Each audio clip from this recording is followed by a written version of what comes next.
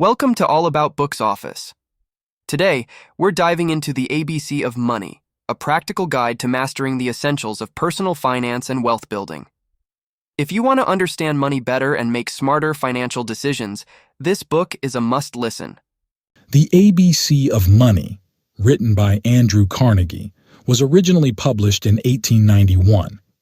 This audiobook is produced by Wealth Books, copyright 2024. The views contained in this recording are those of the author only and do not necessarily reflect those of Wealth Books. The ABC of Money. I suppose everyone who has spoken to or written for the public has wished at times that everybody would drop everything and just listen to him for a few minutes. I feel so this morning, for I believe that a grave injury threatens the people and the progress of our country simply because the masses, the farmers and the wage earners, do not understand the question of money. I wish therefore to explain money in such a simple way that all can understand it. Perhaps someone in the vast audience, which I have imagined I am about to hold spellbound, cries out, "Who are you? A gold bug, a millionaire, an iron baron, a beneficiary of the McKinley Bill?" Before beginning my address, let me therefore reply to that imaginary gentleman that I have not seen $1,000 in gold for many a year. So far as the McKinley Bill is concerned, I am perhaps the one man in the United States who has the best right to complain under it, for it has cut and slashed the duties upon iron and steel, reducing them to 20, 25, and 30%, and if it will recommend me to my supposed interrupter, I beg to inform him that I do not greatly disapprove of these reductions as an American manufacturer. I intend to struggle still against the foreigner for the home market, even with the lower duties fixed upon our product by that bill, and I am not in favor of protection beyond the point necessary to allow Americans to retain their own market in a fair contest with the foreigner. It does not matter who the man is or what he does, be he a worker in a mine, factory or field, farmer, laborer, merchant, manufacturer, or millionaire. He is deeply interested in understanding this question of money and in having the right policy adopted in regard to it. Therefore, I ask all to hear what I have to say, because what is good for one worker must be good for all, and what injures one must injure all, poor or rich. To get to the root of the subject, you must first know why money exists, and secondly, what money really is. Let me try to tell you, taking a new district of our own modern country to illustrate how money comes. In times past, when the people only tilled the soil and commerce and manufactures had not developed, men had few wants, and so they got along without money by exchanging the articles themselves when they needed something they did not. The farmer who wanted a pair of shoes gave so many bushels of corn for them, and his wife bought her sunbonnet by giving so many bushels of potatoes. Thus, all sales and purchases were made by exchanging articles by barter. As the population grew and wants extended, this plan became very inconvenient. One man in the district then started a general store, kept on hand a great many of the things that were most wanted, and took for these any of the articles that the farmer had to give in exchange. This was a great step in advance, for the farmer who wanted half a dozen different things when he went to the village had no longer to search for half a dozen different people who wanted one or more of the things he had to offer in exchange. He could now go directly to one man, the storekeeper, and for any of his agricultural products, he could get most of the articles he desired. It did not matter to the storekeeper whether he gave the farmer tea or coffee, blankets or a hay rake, nor did it matter what articles he took from the farmer, wheat or corn or potatoes, so he could send them away to the city and get other articles for them that he wanted. The farmer could even pay the wages of his hired men by giving them orders for articles at the store. No dollars appear here yet, you see. All is still barter.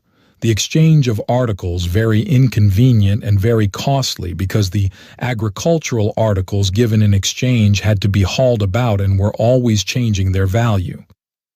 One day the storekeeper would be willing to take, say, a bushel of wheat for so many pounds of sugar, but upon the next visit of the farmer, it might be impossible for him to do so. He might require more wheat for the same amount of sugar. But if the market for wheat had risen and not fallen, you may be sure the storekeeper didn't take less wheat as promptly as he required more. It was just the same with any of the articles that the farmer had to offer. These went up and down in value. So did the tea and the coffee, the sugar and the clothing and the boots and the shoes that the storekeeper had for exchange. Now it is needless to remark that in all these dealings, the storekeeper had the advantage over the farmer. He knew the markets and their ups and downs long before the farmer did, and he knew the signs of the times better than the farmer or any of his customers could. The cute storekeeper had the inside track all the time. Just here, I wish you to note particularly that the storekeeper liked to take one article from the farmer better than another, that article being always the one for which the storekeeper had the best customers, something that was most in demand. In Virginia, that article came to be tobacco. Over a great portion of our country, it was wheat. Whence comes the saying, "as good as wheat"? It was taken everywhere because it could be most easily disposed of for anything else desired. A curious illustration about wheat I find in the life of my friend, Judge Mellon, of Pittsburgh, who has written one of the best biographies in the world because it is done so naturally. When the judge's father bought his farm near Pittsburgh, he agreed to pay, not in dollars, but in sacks of wheat, so many sacks every year. This was not very long ago. What we now call money was not much used then in the West or South, but you see that in its absence, experience had driven the people to select one article to use for exchanging other articles, and that this was wheat in Pennsylvania and tobacco in Virginia. This was done, not through any legislation, but simply because experience had proved the necessity for making the one thing serve as money, which had proved itself best as a basis for paying for a farm or for effecting any exchange of things. And further, different articles were found to be best for the purpose in different regions. Wheat was as good as wheat for using as money, independent of any law. The people had voted for wheat and made it their money, and because tobacco was the principal crop in Virginia, the people there found it the best for using as money in that state. Please observe that in all cases, human society chooses for that basis article we call money, that which fluctuates least in price, is the most generally used or desired, is in the greatest, most general, and most constant demand, and has value in itself. Money is only a word meaning the article used as the basis for exchanging all other articles. An article is not first made valuable by law and then elected to be money. The article first proves itself valuable and best suited for the purpose, and so becomes of itself and in itself the basis of the article, money. It elects itself. Wheat and tobacco were just as clearly money when used as the basis of the article as gold and silver are money now. We take one step further. As the country becomes more and more populous, the wants of the people become more and more numerous. The use of bulky products like wheat and tobacco, changeable in value, liable to decay, and of different grades, is soon found troublesome and unsuited for the growing business of exchange of articles, and they are therefore unfit to be longer used as money. You saw at once that we could not get along today with grain as money. Then metals proved their superiority. These do not decay, do not change in value so rapidly, and they share with wheat and tobacco the one essential quality of also having value in themselves for other purposes than for the mere basis of exchange. People want them for personal adornment or in manufacturing and the arts, for 1,000 uses, and it is this very fact that makes them suitable for use as money. Just try to count how many purposes gold is needed for, because it is best suited for those purposes. It meets us everywhere. We cannot even get married without a ring of gold. Now, because metals have a value in the open market, being desired for other uses than for the one used as money, and because the supply of these is limited and cannot be increased as easily as that of wheat or tobacco, these metals are less liable to fluctuate in value than any article previously used as money. This is of vital importance because the one essential quality that is needed in the article that we use as a basis for exchanging all other articles is fixity of value. The race has instinctively always sought for the one article in the world that most resembles the North Star among the other stars in the heavens, and used it as money, the article that changes least in value, as the North Star is the star that changes its position least in the heavens, and what the North Star is among stars. The article people elect as money is among articles. All other articles revolve around it, just as all other stars revolve around the North Star. We have proceeded so far that we have now dropped all perishable articles and elected metals as our money, or rather, metals have proved themselves better than anything else for the standard of value, money. But another great step had to be taken. When I was in China, I received as change shavings and chips cut off a bar of silver and weighed before my eyes in the scales of the merchant, for the Chinese have no coined money. In Siam, cowries are used pretty little shells that the natives use as ornaments. 12 of these represent a cent in value. But you can well see how impossible it was for me to prevent the Chinese dealer from giving me less than the amount of silver to which I was entitled, or the Siam dealer from giving me poor shells, of the value of which I knew nothing. Civilized nations soon felt the necessity of having their governments take certain quantities of the metals and stamp upon them the evidence of their weight, purity, and real value. Thus came the coinage of metals into money, a great advance. People then knew at first sight the exact value of each piece and could no longer be cheated. No weighing or testing was necessary. Note that the government stamp did not add any value to the coin. The government did not attempt to make money out of nothing. It only told the people the market value of the metal in each coin, just what the metal, the raw material, could be sold for as metal and not as money. But even after this much swindling occurred, rogues cut the edges and then beat the coins out, so that many of these became very light.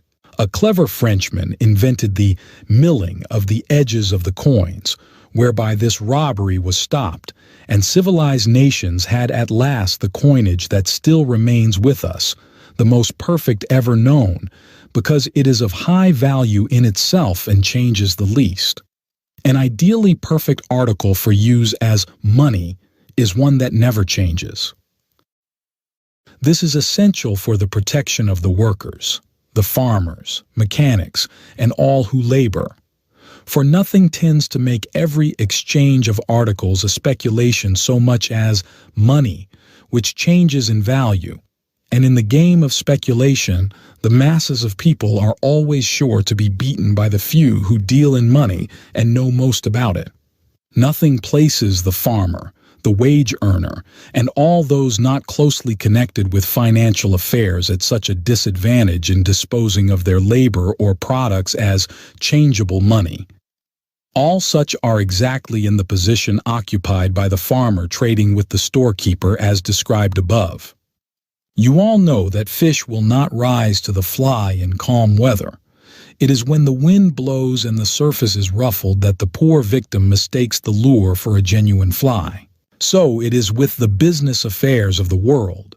In stormy times, when prices are going up and down, when the value of the article used as money is dancing about up to today and down to tomorrow, and the waters are troubled, the clever speculator catches the fish and fills his basket with the victims. Hence the farmer and the mechanic, and all people having crops to sell or receiving salaries or wages, are those most deeply interested in securing and maintaining the fixity of value in the article they have to take as money. When the use of metals as money came, it was found that more than 2 metals were necessary to meet all requirements. It would not be wise to make a gold coin for any smaller sum than $1, for the coin would be too small, and we could not use a silver coin for more than $1, because the coin would be too large. So we had to use a less valuable metal for small sums, and we took silver, but it was soon found that we could not use silver for less than 10-cent coins, a dime being as small a coin as can be used in silver, and we were compelled to choose something else for smaller coins. We had to take a metal less valuable than silver, and we took a mixture of nickel and copper to make 5-cent pieces, but even then, we found that nickel was too valuable to make 1- and 2-cent pieces, and so we had to take copper alone for these. The effort in regard to every coin being to put metal in it as nearly as possible to the full amount of what the government stamp said the coin was worth.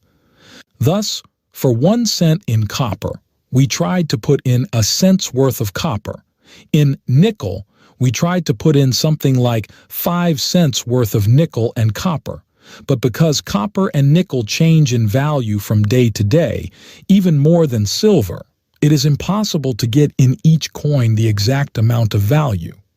If we put in what was one day the exact value and copper and nickel rose in the market as metals, coins would be melted down by the dealers in these metals and a profit made by them, and we should have no coin left. Therefore, we have to leave a margin and always put a little less metal in these coins than would sell for the full amount they represent. Hence, all this small coinage is called, in the history of money, token money. It is a token that will bring so much gold. Anybody who holds 20 nickels must be able to get as good as $1 gold for them in order that these may safely serve their purpose as money. Nations generally fix a limit on the use of token money and make it legal tender for a small amount. For instance, in Britain, no one can make another take token money for more than $10, and all silver coins there are classified as token money. I cannot take any more steps forward in the development of money, because in coined milled metals we have the last step of all, but I have some things yet to tell you about it. Although one would think that in coined metal pieces we had reached perfection, and that with these the masses of people could not be cheated out of what is so essential to their well-being, honest money, yet one way was found to defraud the people even when such a coin was used. The coins have sometimes been debased by needy governments after exhausting wars or pestilence, when countries were really too poor or too weak to recover from their misfortunes. A coin is called a debased coin when it does not possess metal enough to bring into the open market the sum stamped upon the coin by the government. There's nothing new about this practice, which always cheats the masses. It is very, very old. 574 years before Christ, the Greeks debased their coinage. The Roman emperors debased theirs often when in desperate straits. England debased hers in the year 1300. The Scottish coin was once so debased that $1 was worth only 12 cents. The Irish, French, German, and Spanish governments have all tried debased coin when they could wring no more taxes directly out of their people and had therefore to get more money from them indirectly. It was always the last resort to debase the coinage. These incidents happened long ago. Nations of the first rank in our day do not fall so low. I must pause to make one exception to this statement. I bow my head in shame as I write it, the United States. Every one of its silver dollars is a debased coin.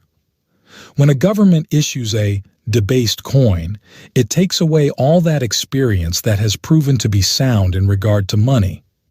Sound finance requires the government only to certify the real value possessed by each coin issued from its mints, so that people may not be cheated. Every time the government stamps the words $1 upon 371 1 for 4 grains of silver, it stamps a lie. Disgraceful, but too true, for the silver in it is worth not $1 but only 78 cents. Another delusion about money has often led nations into trouble. The idea that a government could make money simply by stamping certain words upon pieces of paper, just as any of you can make money by writing a note promising to pay $100 on demand. But you know that when you do that, you are not making money, but making a debt. So is any government that issues its promise to pay. And there is this about both the individual and the government who take to issuing such notes on a large scale. They seldom pay them. The French did this during their Revolution, and more recently, the Confederate States made money at a great pace and issued bonds, which are now scarcely worth the paper they are printed on. Every experiment of this kind has proved that there can be no money made where there is no value behind it. Our own country issued bonds, and the people of other nations bought them for 40 cents upon the dollar, although they bore and paid interest at 6% in gold.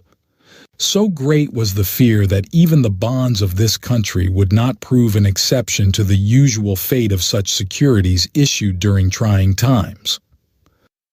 Only because the government kept strict faith and paid the interest and principal of these bonds in gold, never in silver or in any depreciated currency, has the value of its bonds advanced, and the credit of the United States has become the highest in the world, exceeding that even of Great Britain.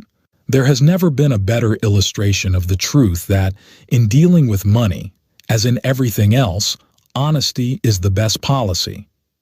Our government also issued some notes known as greenbacks.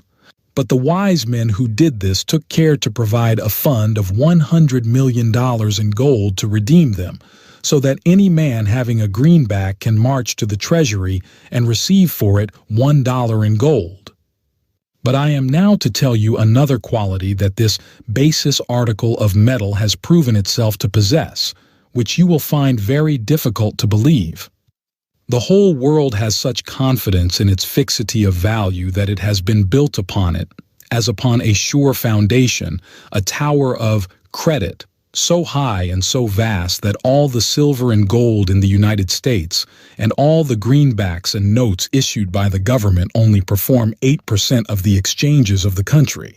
Go into any bank, trust company, mill, factory, store, or place of business, and you will find that for every $100,000 of business transacted, only about $8,000 of money is used, and this only for petty purchases and payments. 92% of the business is done with little bits of paper checks and drafts. Upon this basis also rest all the government bonds, all state, county, and city bonds, and the thousands of millions of bonds, the sale of which has enabled our great railway systems to be built, and also the thousands of millions of the earnings of the masses deposited in savings banks, which have been lent by these banks to various parties, and which must be returned in good money, or the poor depositor's savings will be partially or wholly lost. The business and exchanges of the country, therefore, are not done now with money with the article itself. Just as in former days the articles themselves ceased to be exchanged, and a metal called money was used to effect the exchanges, so today the metal itself, the money, is no longer used. The check or draft of the buyer of articles upon a store of gold deposited in a bank, a little bit of paper is all that passes between the buyer and the seller. Why is this bit of paper taken by the seller or the one to whom there is a debt due? Because the taker is confident that if he really needed the article itself that it calls for the gold, he could get it. He is also confident that he will not need the article itself. And why? Because for what he wishes to buy, the seller or any man whom he owes will take his check, a similar little bit of paper instead of gold itself, and then, most vital of all, everyone is confident that the basis article cannot change in value. Remember, it would be almost as bad if it rose in value as if it fell. Steadiness of value is one essential quality in money for the masses of people. When therefore people clamor for more money to be put in circulation, that is, for more of the articles that we use to effect an exchange of articles, you see that more money is not so much what is needed. Nobody who has had wheat, tobacco, or any article to sell has ever found any trouble with the money in the hands of the buyer to effect the exchange. We had a very severe financial disturbance in this country only 3 months ago. Money, it was said, could not be had for business purposes, but it was not the metal itself that was lacking, but credit, confidence, for upon that, as you have seen, all business is done except small purchases and payments, which can scarcely be called business at all. Today, the businessman cannot walk the street without being approached by people begging him to take this credit at very low rates of interest. At 2% per annum, money, credit, can be had day by day. There has been no considerable difference in the amount of money in existence during the 90 days. There was about as much money in the country in January as there is in March. It was not the want of money, then, that caused the trouble. The foundation had been shaken, upon which stood 92,000 of every $1 trillion of business. The metal itself and notes real money, as we have seen, only applied to the $8,000. Here comes the gravest of all dangers in tampering with the basis. You shake directly the foundation upon which rests 92% of all the business exchanges of the country confidence, credit, and indirectly the trifling 8%, which is transacted by the exchange of the metal itself or by government notes. For the standard article is the foundation for every exchange, both the $92,000 and the $8,000. So you see, if that is undermined, the vast structure comprising all businesses built upon it must totter. I have finished telling you about money. We come now to apply the facts to the present situation, and here we enter at once upon the silver question, and I am sure you are all paying attention, for it is the most pressing question now before you. You see that the race, in its progress, has used various articles as money, and discarded them when better articles were found, and that it has finally reached coined pieces of valuable metal as the most perfect article. Only 2 metals are used among civilized nations as the standard metal: gold in some countries and silver in others. No country can have 2 standards. Centuries ago, silver was adopted as the standard in China, India, and Japan, and more recently in the South American republics, and it is still the standard in these countries. When adopted, it was a wise choice. Silver had nearly doubled its present value and was then steady, and it answered all the needs of rural people. The principal nations of Europe and our own country, being further advanced and having much greater business transactions, found the necessity for using as a standard a more valuable metal than silver, and gold was adopted. But as silver was used as money in many parts of the world as the standard and used in these gold-basis countries for small change, it was possible for these nations to agree upon the value in gold that would be accorded to silver. And this was fixed at 15 1/2 ounces of silver to 1 of gold.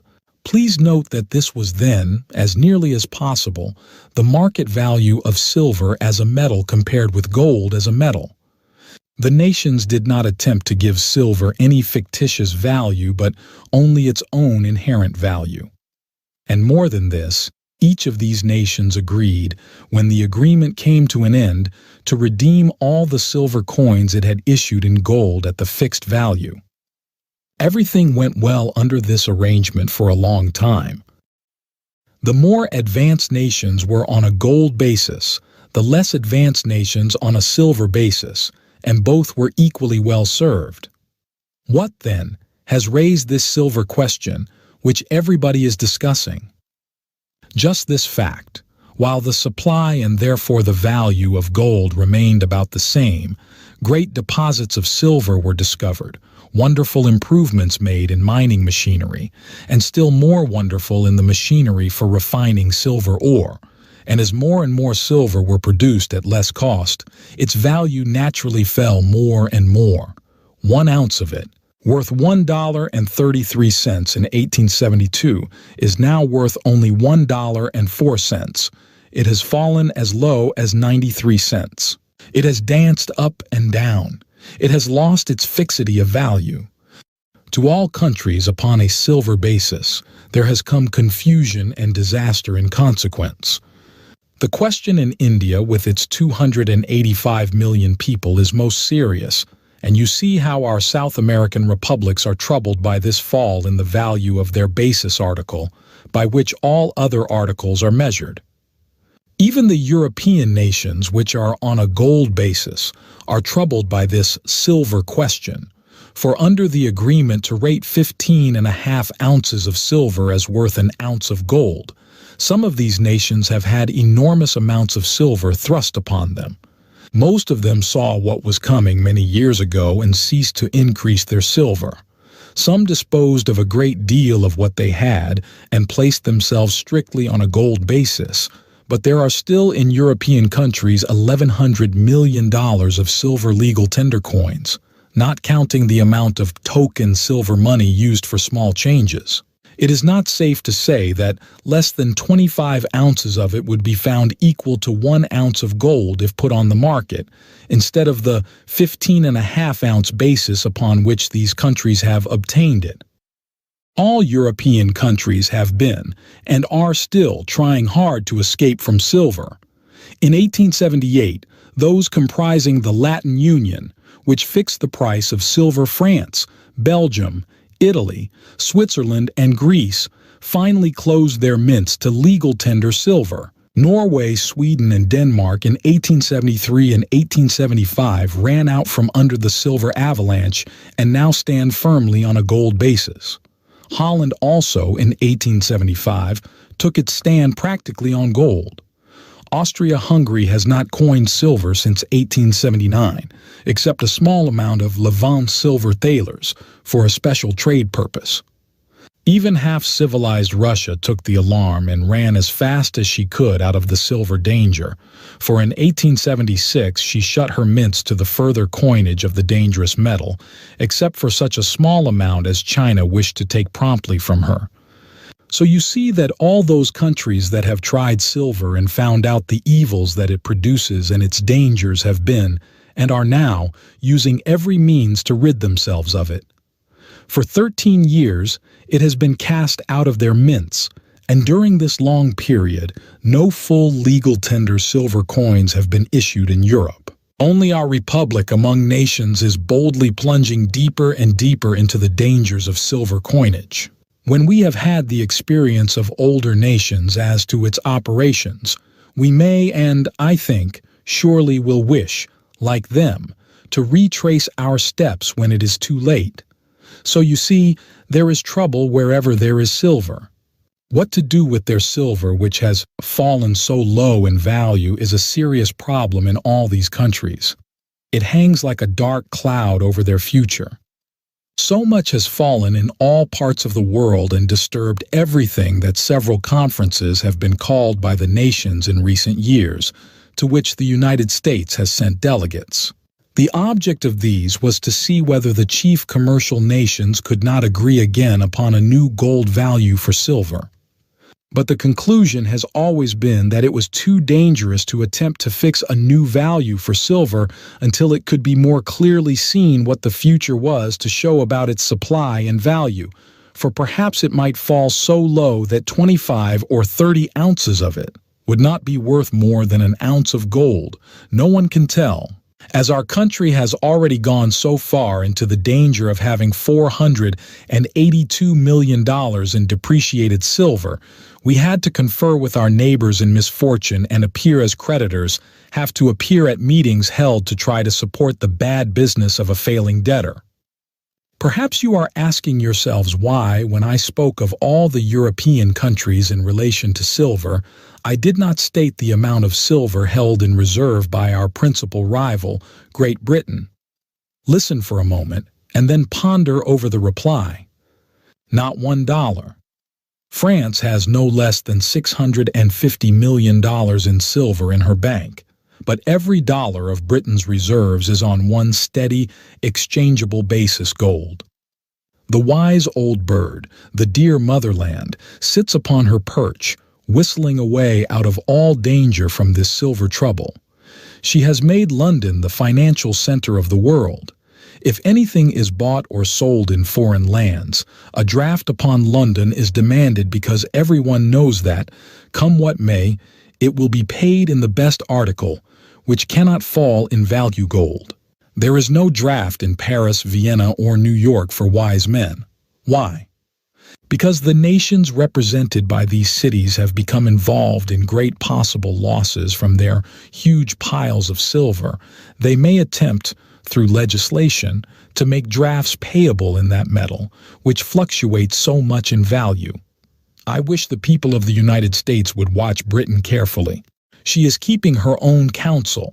She is treating the silver-loaded nations with cool politeness in the conferences, which she graciously condescends to attend only because India, over which she rules, is unfortunately on a silver basis. If it were not for that, she would probably politely decline. When they talk about fixing a gold value on silver, she says that she really does not know what she will decide on the matter. What she is praying for is that the United States will continue to go deeper and deeper into silver until retreat is impossible, and she will keep her old policy, which has made her supreme in finance. Her only possible rival is not to be found in Europe but here in the United States.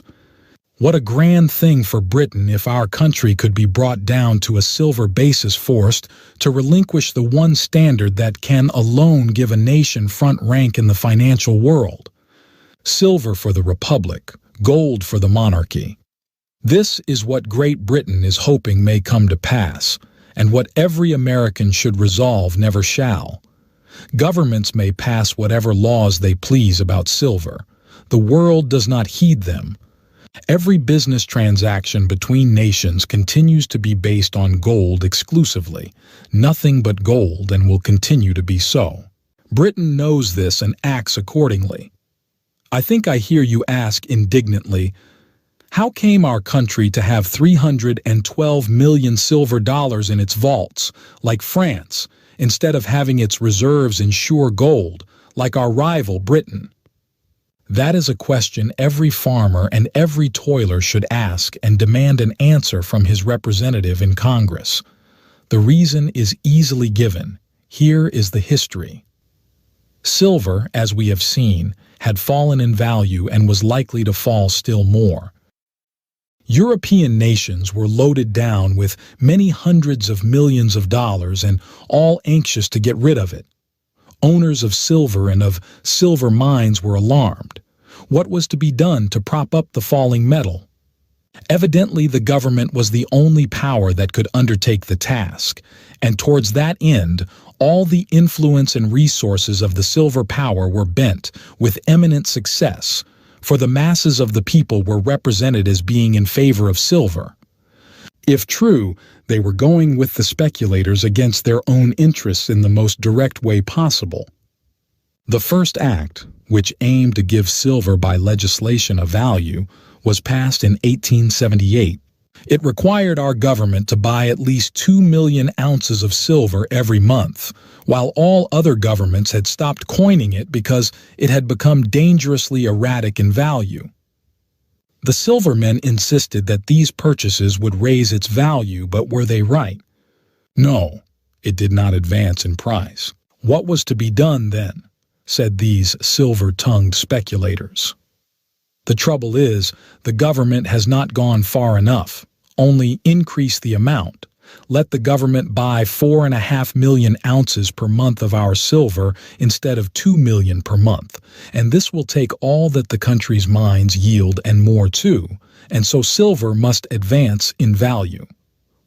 They were right in stating that 4.5 million per month are more than the total yield of the United States silver mines, and then 8 to 10 million of silver are taken and used every year for other purposes than coining into money, leaving not more than, say, 4 million per month for coinage. Many people were persuaded that if the government bought so much silver per month, the value of silver would advance.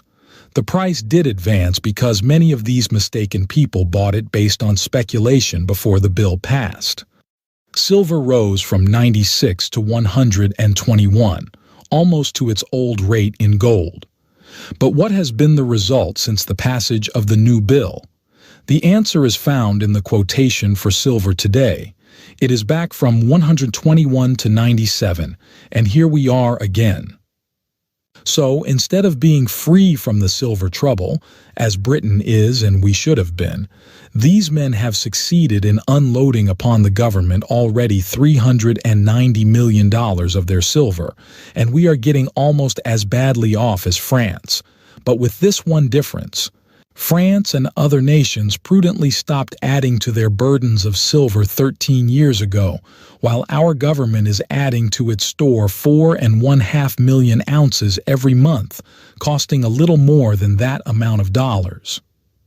The United States is trying to ignore the changed position of silver and make it equal to gold, against the judgment of all other first-class nations. To succeed, we shall have to buy not only what our own mines produce, but a great deal of what all other mines produce throughout the world, the total yield of silver being enough to make 168 millions of our silver dollars every year.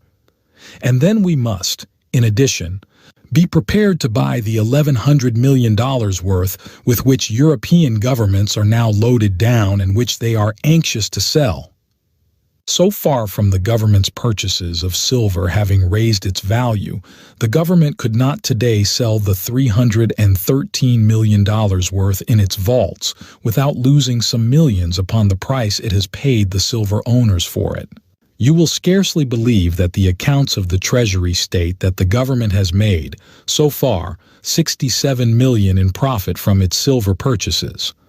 This is claimed because for the amount of silver put in $1, it has paid only about 80 cents. All this profit is fictitious. You see, the nation has been led into very foolish purchases of silver.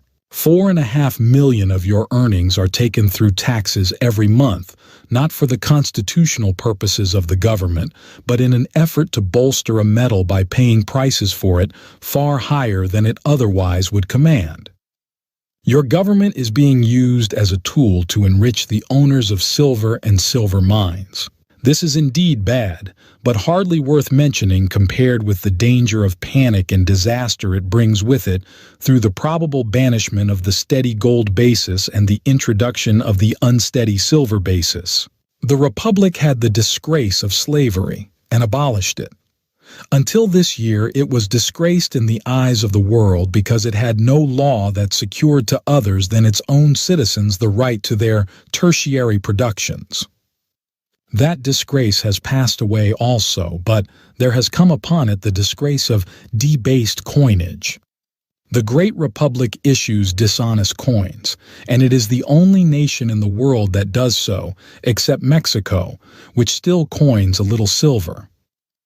But while the disgrace is upon us, the financial evils of debased coinage are yet to come.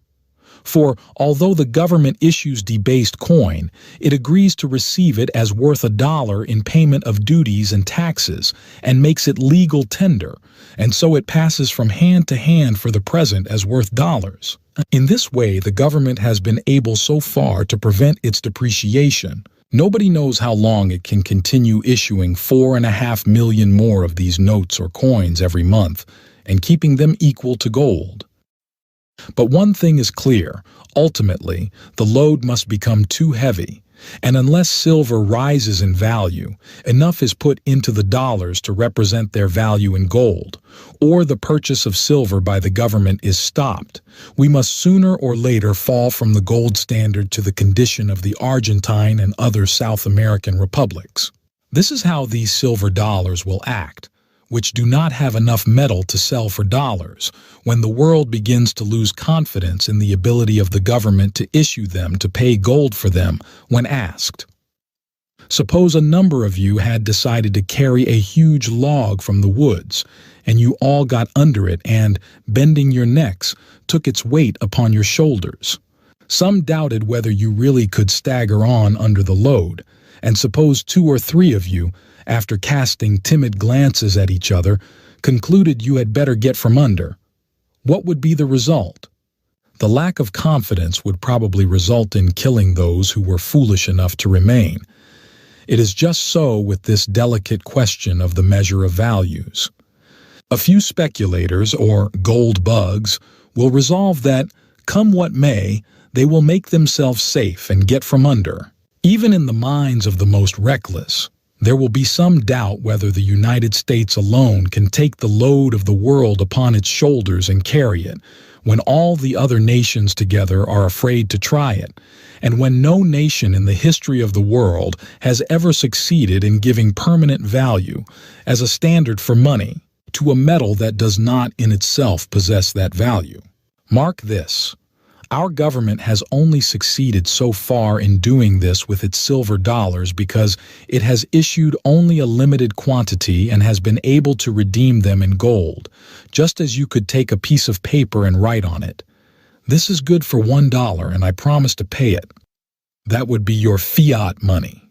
The question is, how long could you get people to take these slips for dollars? How soon would some suspicious man suggest that you were issuing too many? And then these slips would lose reputation.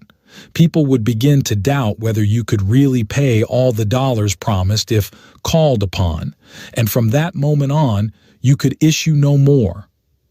Just as with governments, all can keep their small change afloat, although it may not contain metal equal to its face value, and it is a poor government that cannot go a little further and get the world to take something from it in the form of money, which is only partially so.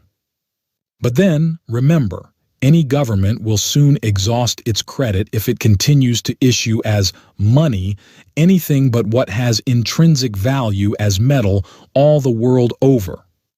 Every nation has had to eventually recoin its debased coin or repudiate its obligations and go through the perils and disgrace of loss of credit and position.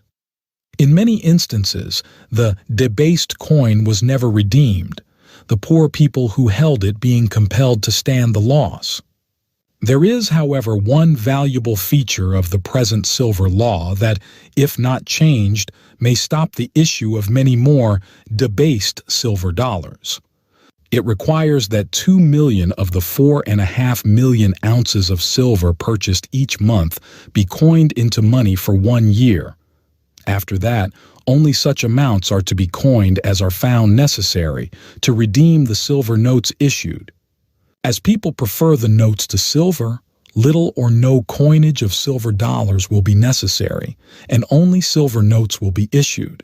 When the government ceases to coin silver dollars, it will stand forth in its true character before the people that of a huge speculator in silver, or, rather, as the tool of silver speculators, piling up in its vaults every month 4.5 million ounces, not in the form of money, but in bars.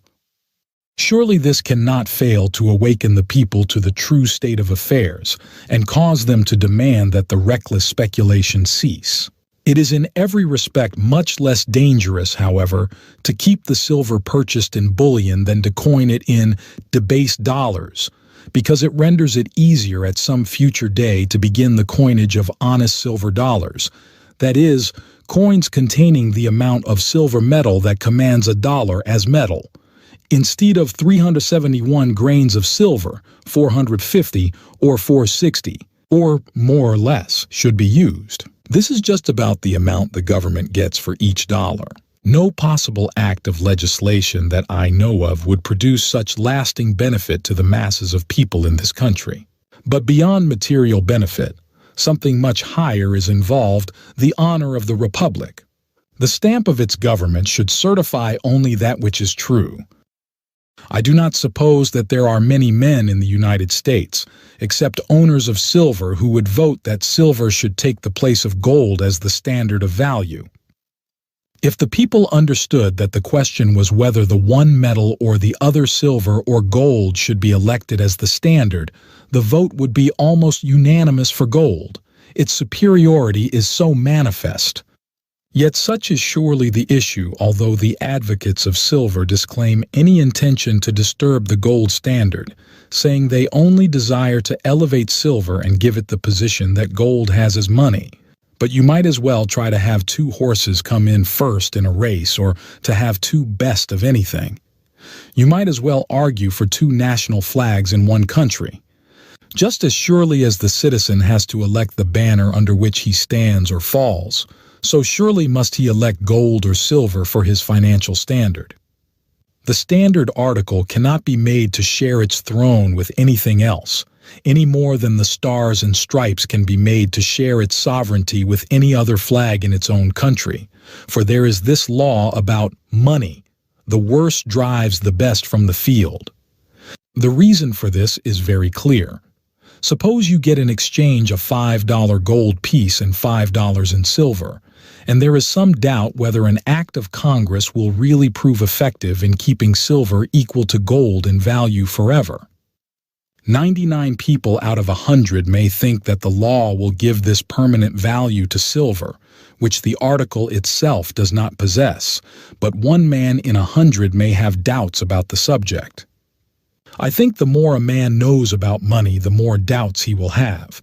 And although you may have no doubts, the fact that I have doubts, for instance, will lead you to say, well, he may be right. It is possible I may be wrong. I guess I will give Smith this silver for my groceries tomorrow and give the old lady this beautiful, bright, golden piece to put by. It needs no acts of Congress. All the acts of Congress in the world cannot lessen its value. The metal in it is worth $5 anywhere in the world, independent of the government stamp. These 5 pieces of silver are worth only $3.75 as metal. Yes, I shall let Smith have the silver. Gold is good enough for me. And you may be sure Smith unloads the silver as soon as he can upon Jones. And many people will believe and act so, and the gold in the country will disappear from business, and silver alone will be seen and circulated. Every man that gets it gives it to another as soon as he can, keeping it in active circulation, and every man that gets a bit of gold holds it, thus keeping it out of circulation. So instead of having more money, if we go in and try by law to force an artificial value on silver in order to use it as money, we will really soon have less money in circulation. The 700 million ounces of gold, which are now in circulation and are the basis of everything, will speedily vanish. The vast structure of credit built upon it will be shaken, and the masses of people will be compelled to receive silver dollars worth only 78 cents instead of being, as now, redeemable in gold and always worth 100 cents. For remember, as I have told you, 92% of all operations conducted by money depend upon people having absolute confidence in the money being of unchangeable value. Issue $100 of debased coin, which all men are sure can be kept of unchangeable value with gold. Panic and financial revolution are upon you. More money, you see, which could only be used in 8% of our smallest financial transactions, can easily be so issued as to overwhelm all the important business of the country by shaking confidence, upon which 92% rests. To always be free from danger is to issue only such money as in itself it has all the value certified by the stamp on it. So jealously does Britain, our only rival, adhere to. This means that she is spending $2 million just now to redeem gold coins that have lost a few cents of their value through wear. Her government stamp must always tell the truth. The Republic should not be less jealous of its honor. As you have seen, the silver men were disappointed at the failure of acts of Congress to advance the value of their silver. Twice the government has been induced to do as they asked, under assurances that compliance would surely get the country out of its dangerous position as the owner of silver. Twice it has been deceived. You would think the silver owners would now admit their error and help the government get back to safe ground with as little loss as possible. Far from it. Instead of this, they have taken the boldest step of all and urged upon Congress to hear a great deal about the free coinage of silver. Now, what does that mean? It means that our government is to be compelled by law to open its mints and take all the silver with which European governments are loaded down, and part of all the silver mined in the world, and give for every 78 cents worth of it one of these coins, which you are compelled to take as a full dollar for your labor or products.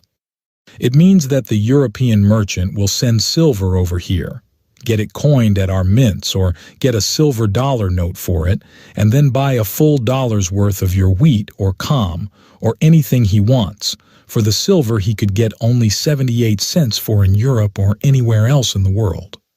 Europe is doing this every day just now with India, the Argentine Republic, and other countries on a silver basis. The British merchant buys wheat in India on a depreciated silver basis, takes it to Europe and sells it on a gold basis. He has thus to pay so little for Indian wheat that it has become a dangerous competitor to our own in Europe, which it could not be except that by the fall in silver, the Indian farmer gets so little value for his products. It has only been a few months since the new silver bill was passed, requiring the government to more than double its purchases, and already $8 million more of silver than we have exported have been sent into this country from abroad, something unknown for 15 years, for we have always exported more silver than we have imported. Now we are buying all our own mines and being burdened with some from Europe, for which we should have received gold. In 18 days of the month of April, we have sent abroad $9 million in gold, so that under our present silver law, you see, Europe has already begun to send us her depreciated silver and rob us of our pure gold, a perilous exchange for our country and one that should fill our legislators with shame. Understand, please, that hitherto, under both bills compelling the government to buy silver, bad as these were, yet the government has got the metal at the market price, now about 78 cents for 371 to 4 grains, and only this amount the government has put into the so-called dollar. Under free coinage, all this will change. The owner of the silver will then get the dollar for 78 cents worth of silver. For pure, cool audacity, I submit that this proposition beats the record, and yet when the Farmers' Alliance shouts for free coinage, this is exactly what it supports, a scheme to take from the people 22 cents upon each dollar and put it into the pockets of the owners of silver.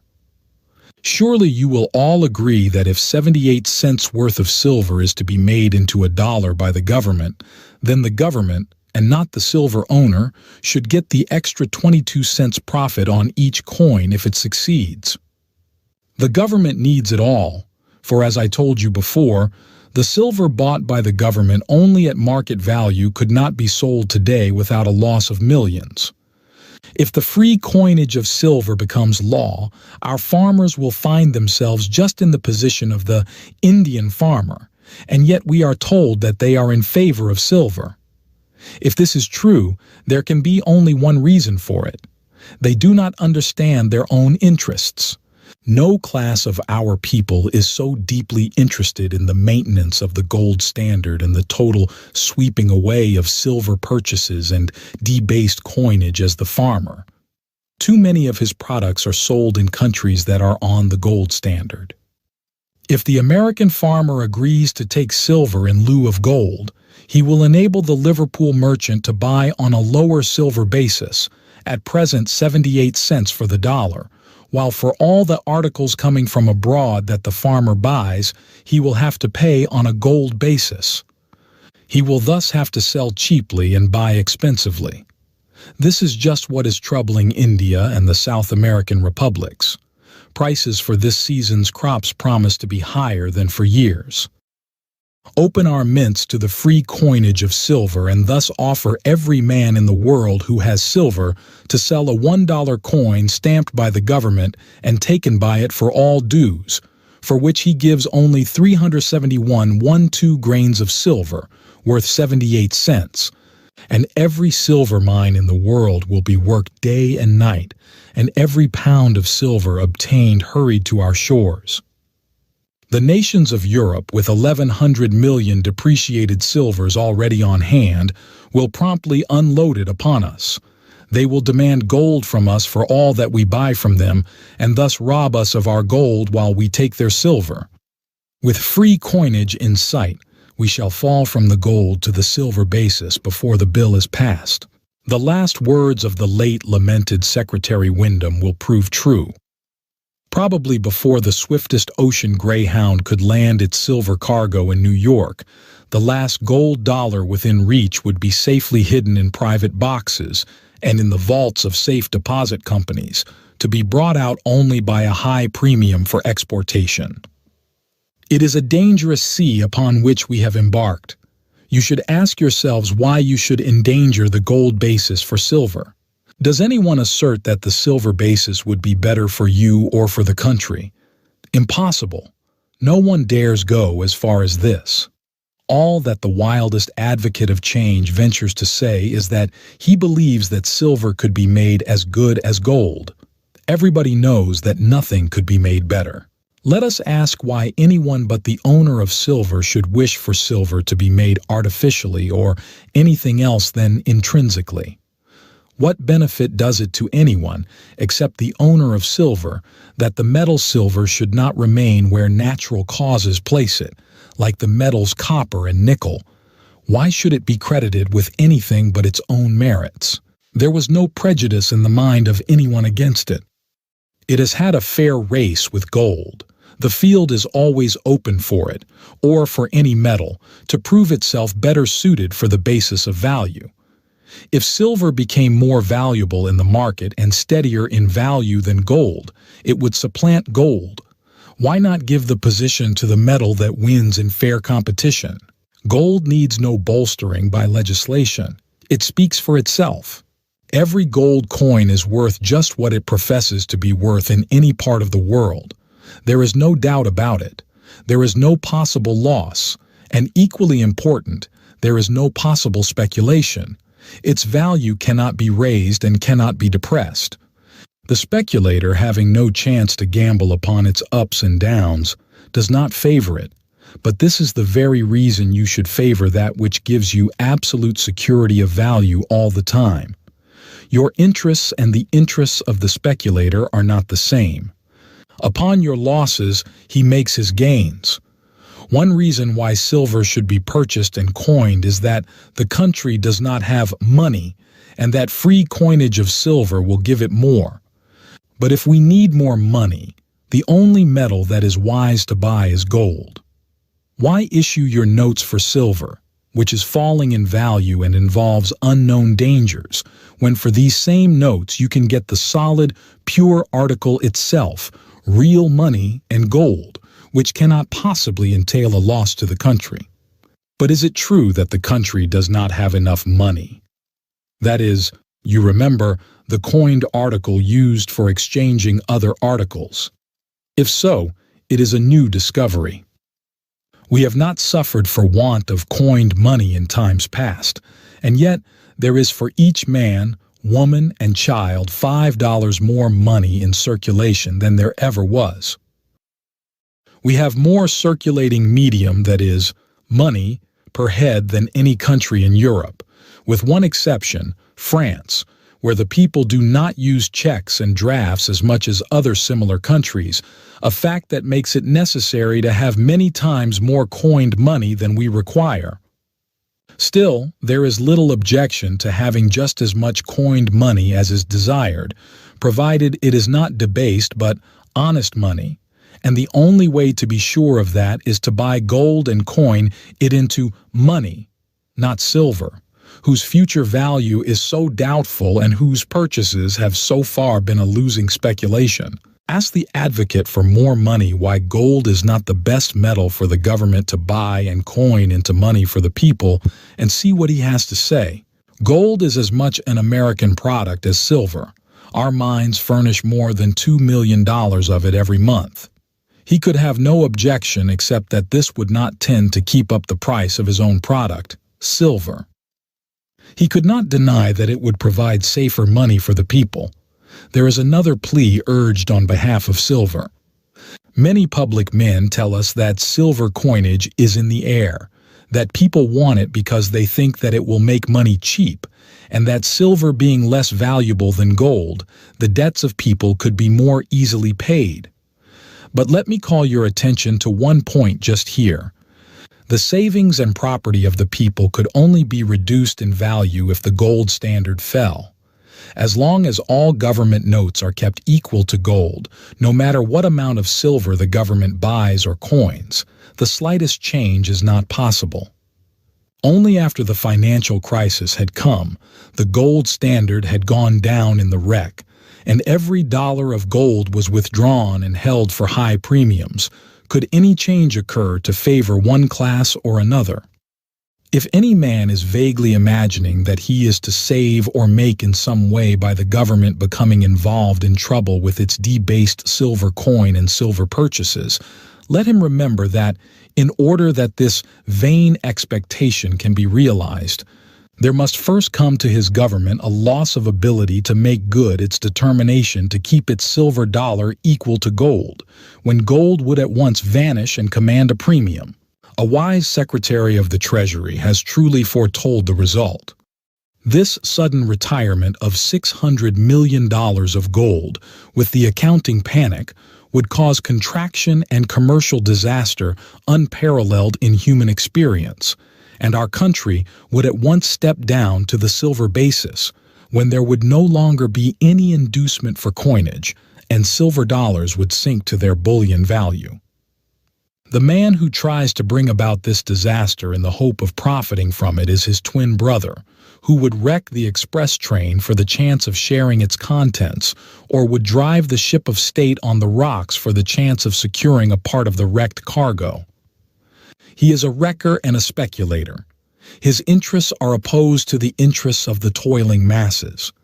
Again, we are constantly told that the masses of people favor free silver coinage, or at least uphold the present silver laws, because they have received the impression, somehow or other, that the more silver there is coined, the more money will come to them.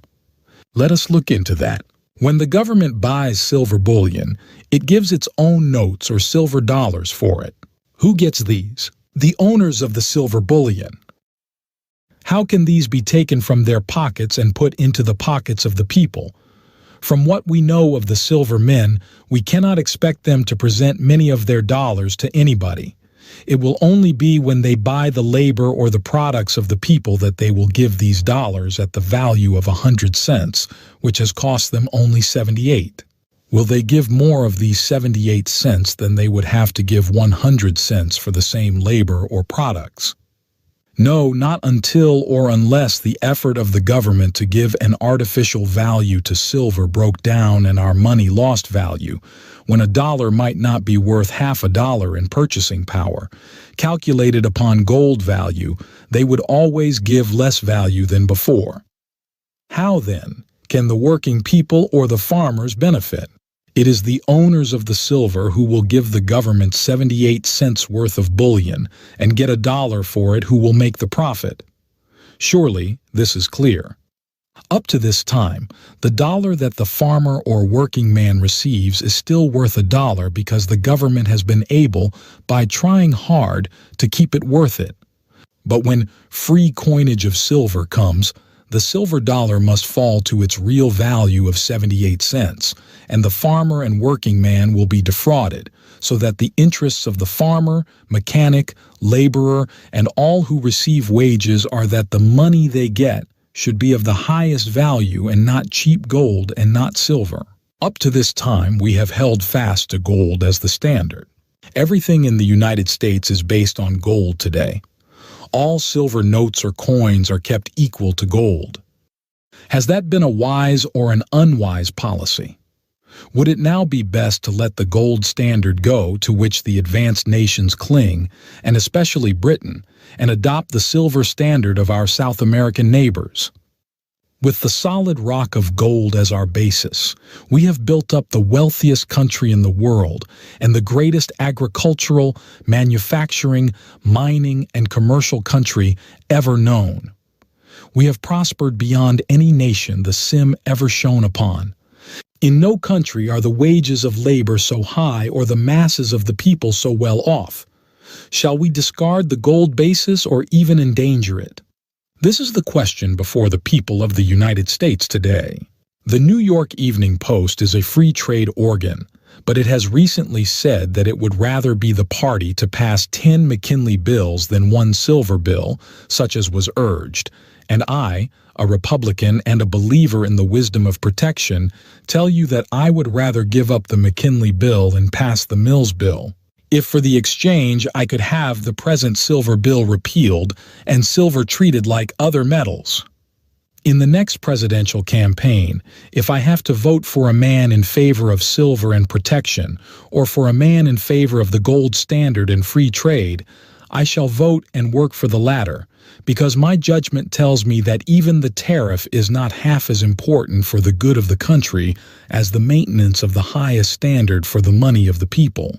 Would it not be well for you to listen to men who have your confidence and who have been compelled by their official positions to investigate and study this silver question well? President Harrison is well known as a conscientious man. He is not rich, he is poor. If he has anything at heart, it is the good of the plain working people of his country. He has had to study this subject, and he tells you that he finds that the first thing a debased silver dollar will do is go forth and cheat some poor man who has to take it for his products or labor. Ex-President Cleveland, like President Harrison, is a poor man. His sympathies are with the plain working people, the masses. He had to study the question so that he might act upon it. And although many of his party members have been led away into the crusade for silver temporarily, it is to be hoped Mr. Cleveland felt that he must tell the truth and denounce the free silver coinage idea, because he found that it must injure the workers of the nation. His recent letter gives another proof that he is a natural leader of men, a brave man and not a coward. His personal prospects, which he weighs, are not against the true welfare of the toilers who once made him president. In addition to these, no abler, purer, or grander Democrat ever managed the finances of this nation than Mr. Manning. No abler, purer, or grander Republican ever did so than Mr. Windom. These men were friends of the masses, if ever the masses had friends. Both had to investigate the silver question so that they might learn what was best and act so as to promote the permanent welfare of the people. Both became deeply concerned about the impending danger of debased money and used all their powers to stop representatives in Congress from forcing the government to imperil the interests of the working man, who must have the best money for his labor or products or be the prey of speculators. These great men, two of them exalted to the highest political office upon earth by your suffrages, had and have at heart only the good of the many as against the possible enrichment of the few. These political opponents, as they were or are, that they should agree upon this question must surely give every farmer, mechanic, and working man in the United States grave reason for believing that they, and not the advocates of silver, are his wisest counselors. I close with one word of advice to the people. Unless the government ceases to burden itself month by month with more silver, or if the free coinage of silver is seriously entertained, avoid silver. When you lay by anything, let it be in gold. When you deposit in the savings bank, let it be a gold deposit. Therefore, ask the bank to give you a gold receipt. There is no use in the poor taking any risk. If you do not act promptly, you will find no gold left for you. The speculators and those closely identified with business will have it all. It is a fact full of warning that no bonds could be sold to advantage today that were not made, especially payable in gold. There is danger ahead. Whatever happens, you can sleep soundly on gold. Silver will bring bad dreams to wise men. Our government can do much. It is very strong, but there are two things that it cannot do. It cannot, by itself, permanently give silver a higher value than it possesses throughout the world as metal, though this is what it is trying to do, and it cannot lessen the value of gold. Someday, perhaps, you will have reason to thank me for the advice I have given you, although I hope not.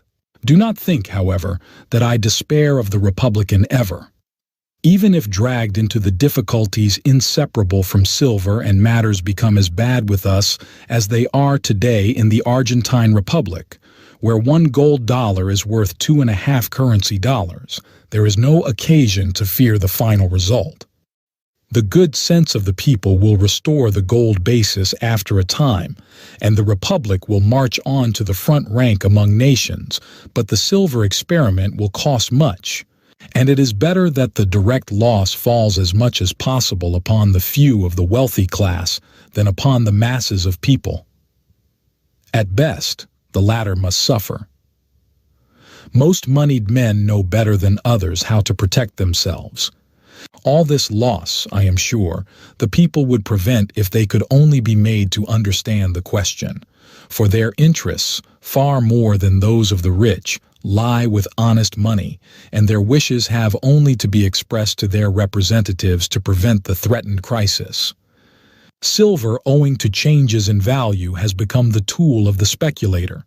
Steady, pure, and unchangeable gold has ever been, and never was so much as now, the best instrument for the protection of the masses of people. I have written in vain if this paper does not do something to explain why this is so, and to impel the people to let their representatives in Congress clearly understand that, come what may, the stamp of the Republic must be made true. The money of the American people kept the highest and surest value of all money in the world, above all doubt or suspicion, standard in the future as in the past, not fluctuating silver but unchanging gold. The end. We hope that you've enjoyed this audiobook. Subscribe to our channel so you will get notified every time we upload a new video.